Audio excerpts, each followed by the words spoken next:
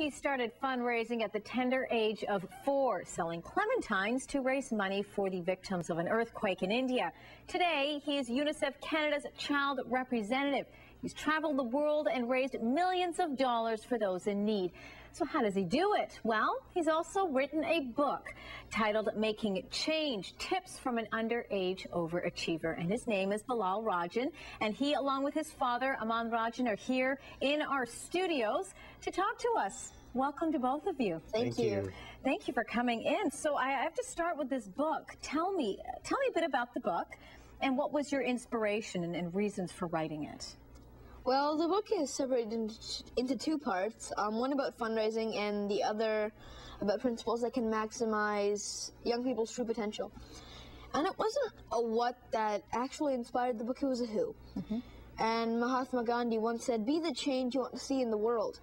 And taking that from him, I really wanted to do everything and anything that I could to make a difference. And this book was just another tool that I could use to inspire young people all around the world today, just to get out there and make change. I've gone through the book a little bit, and the pictures are fantastic. You have done a lot of traveling, Africa, Thailand, and we're not talking, large places. These are just remote places where you're meeting with young children who are living in poverty. What has that experience been like for you?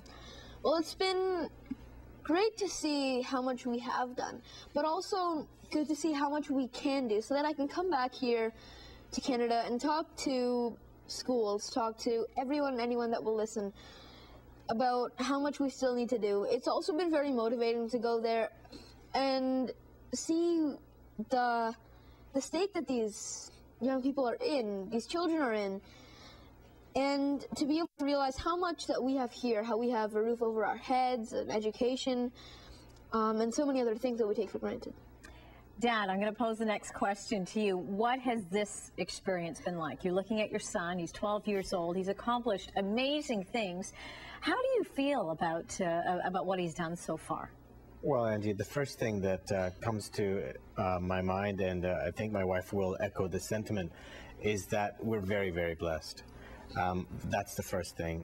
The second thing is that sometimes Bilaal just takes it to a level that we even haven't been. So it's just a matter of just following where he leads us. So there are moments of wow, but there are moments of, okay, where are we going next, sort of thing, and just let's go. Try and keep up with it. Yeah.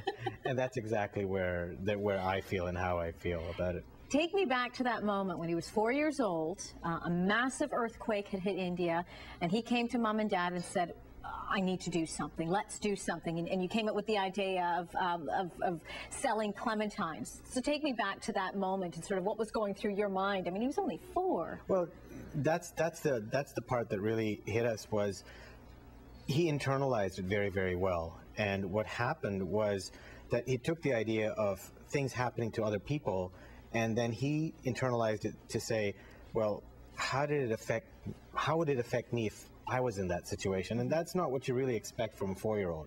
So we were blown away, to say the least, and we just went along with it. We wanted to make sure. We had no idea where it's going to lead, but we said, why not? You know, give Bilaal the benefit of the doubt and say, okay, yeah, let's go out and help.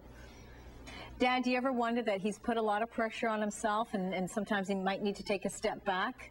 Well, absolutely. We do feel that sometimes, and I think one of the things that we always say, that whenever we travel, we have to give Bilaal some downtime. Right. And he loves that, and I think Bilaal will agree with that, is that he works hard, but he also plays hard.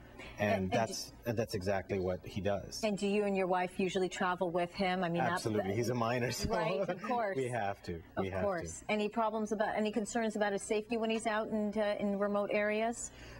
We initially had some concerns, but I think after discussing with Bilaal, he turns out to be more rock solid mentally than we are. Right.